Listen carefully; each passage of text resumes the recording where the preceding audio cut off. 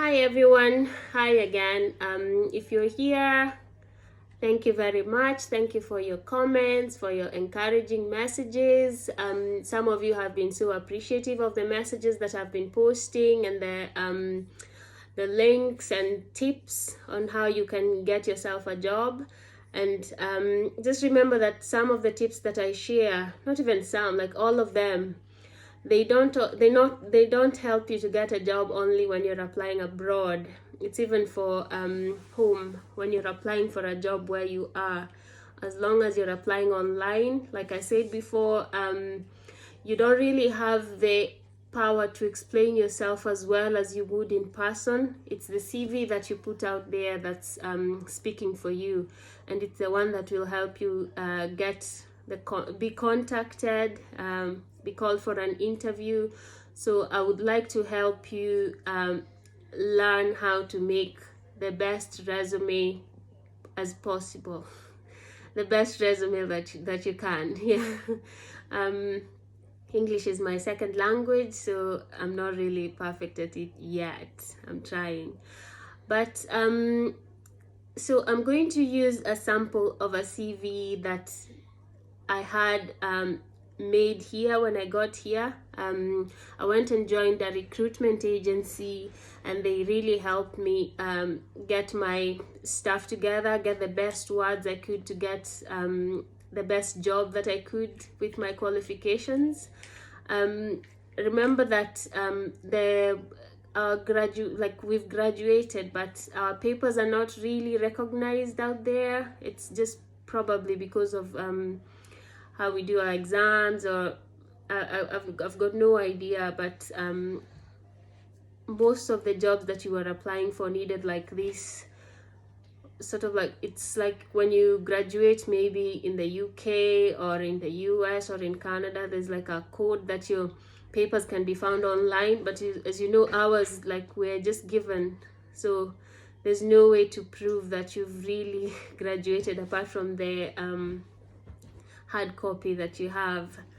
But then, despite all that, people respect you when they hear that you've gone to school, that you've got good grades. Even the way you come across when you speak, it gets people to respect you a bit more when you know what you're speaking about. Your work experience sometimes comes into play, because, like, for example, if you're applying for a job in a hotel, if you've worked in a hotel before, the person employing you knows that they're getting someone who's already experienced in that field, if you know what I'm talking about. So join me in this journey as we look at the steps and the best way to put yourself out there using your resume. There's another video that I made in Swahili. If you're a Swahili speaker, you can look at it. But this is just an expansion into what I spoke about. I'm going to speak mostly to people who've got a bit of education, because some of the jobs you can apply for when you've not gone to school, when you don't have an education. But these are for people who've, let's say you've graduated, let's say you've got a secondary school certificate. Let's see how you can put yourself out there in the best way possible. Please remember to subscribe. Please remember to share with your friends, just so that we can all put our best foot forward.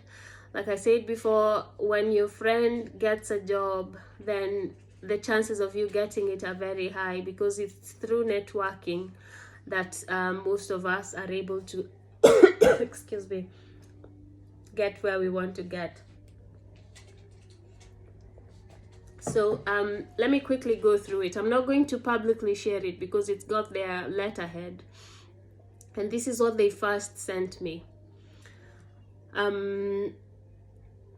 So creating your own CV. First of all, there's no topic that says curriculum vitae. Is it vitae or vitae? There's no topic like that. What you do is you name it under your own name. For example, for mine, I would have it as Mary Waithera. That's my underlined topic. And then the tip is focus on your professional strengths which are relevant to the position you're applying for. So that's the first tip. On the top part, you have to focus on your strengths. What makes you the best person possible for the job that you're applying for. Now, after the name, it's your home address, your telephone number, your mobile number, email address, and driving license. You can say yes, or you can say no. Most of the jobs that you apply for abroad need you to be able to drive, because you're going to be moving from place to place. Sometimes you're going to be driving the company car. You need to have a driving license. And if you can't drive, say no, because that would probably mean when you get where you're going to learn how to drive and to get the driver's license from that country. Just remember, you can decide to know. If you have it, say yes. If you don't, I don't see the need to put that in. Just do your address, home telephone, mobile, email address. Well, if you don't have a home telephone, again, just do your mobile number. So it's your name, address, mobile number, email address, and that's it. And then the next little subtopic is your personal statement. Now, this is where you really focus on your strengths. This is where you focus on your strengths. For example, this one says, I am tenacious, confident, and self-motivated. I enjoy interacting with people and thrive in a demanding, fast-paced environment. My key strengths are communication, organization, remaining effective under pressure, and customer service excellence. My most significant recent achievement is the development of a niche area of recruitment within the office personnel team. So that's a person who's looking for a job in a recruitment company, and what they've done is they've highlighted what they've done, their strengths, and anything that's relevant to the type of job that they're applying for. Now, if you've not understood it, just go back a little bit and then listen to it again, just so I don't make the video way too long. After that is just the education, and there's no topic to that. It's just like where the person went to university, something, what they studied, and then high school. So university, let's say you got like for example, I got a B, what is it called, higher honors, yeah, that one. You just put that one, university. So for example, Kenyatta University, second class upper, and then high school, the name of the school. For example, for me, Moi Girls Senior, and then my grades. So I would do grades, maths, English, biology, everything, what I got. And then primary, it's not really, sometimes they say you don't really need to put that in, but if you had good grades, I would say just put it in, because you never know what could be the factor that could help you. Well, if you've not gone to university, just start with your high school and then your primary. Just list down the grades, and remember not to lie, because you might need to submit these documents later. And then career history, that's another little subtopic. So it's all written in block format. It's not like the letter format where you start from inside. It's all in block. So career history, name of employer, nature of business, position held, and dates from to. So you just write your previous employer or your current employer. Sometimes it's very good when you apply from a position of employment, when you're already employed. And like I'd asked before, why do people like employing people that are already employed? And someone said it's because they don't want to spend so much on training. So for those of us who are applying from a position of unemployment, we only hope for the best, and we hope that we put our best foot forward.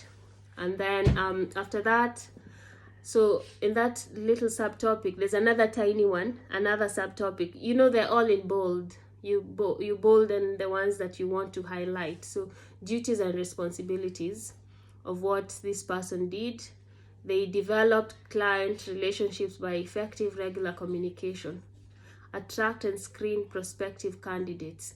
Now, remember in the previous video when I said you need to make sure your CV gets picked by the system.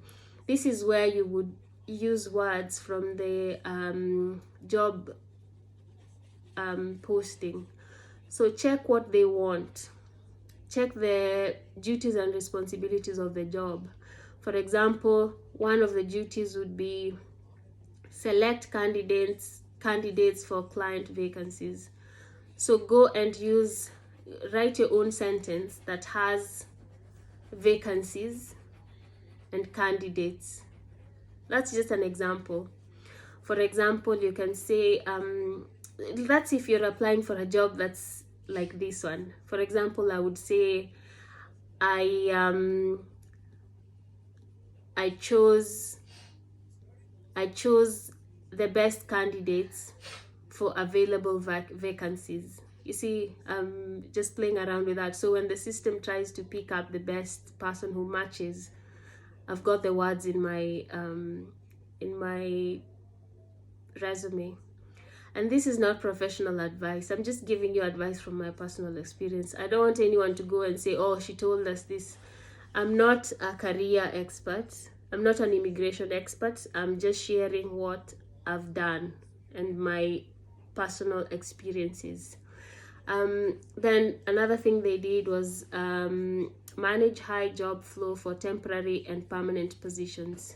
So if the job I'm applying for needs me to manage high job flow for temporary and permanent positions, and I'm applying for a job in recruitment, I would find a way to have that in my resume. So, and then there's the name of employer, nature of business, hospitality, position held, receptionist, dates from that to that. Like I have that. And then duties and responsibilities, manage check-in and departure procedures. That's what I used to do, check-in and check-out. So when you're applying for a job, for example, in reception, they would say duties and responsibilities that you need to do, and they would highlight everything that you've done in your previous job, or even more. So what you need to do, go into your duties and responsibilities in the resume that you're doing, find the keywords from the applicant's posting, find the keywords and then use them in your own. Try and rearrange them a bit. Try and be smart with your words. Don't copy paste, like I said before. Please don't copy paste because you'll be chucked out. And then system experience. For example, myself, I've done Fidelio, and then there's like Microsoft Word, Excel, Outlook. They're not difficult. Like Outlook is just you open and then you just know how to reply to emails and stuff. Just write them there. Excel, you learn ahead, but just do the system, especially if the job posting needs you to know a bit of Excel, Word. Just do that. I know for men this is just easy, it comes naturally, but for us sometimes, and not every woman, because there are some who are very, very smart. I don't want to categorize everyone. And then key achievements in that last job. This person has written, I won the internal award of Recruiter of the Year as voted for by my colleagues. Part of a team, I helped raise blah blah blah. So team player, you know, like just things that are going to make you stand out. Like I said before, I don't really have a very huge vocabulary just now. Mommy brain. There's something called mommy brain, because sometimes when I speak I can be very, very good, but other times, yeah. References available on request. Now this part is very, very important, and I'm going to tell you why. Just follow this series about CVs and I'm going to tell you why. Now, I think that summarizes it.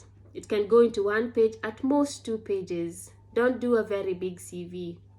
Do a small one that is precise, that is concise, that is straight to the point. And I'll see you in the next video. Bye bye.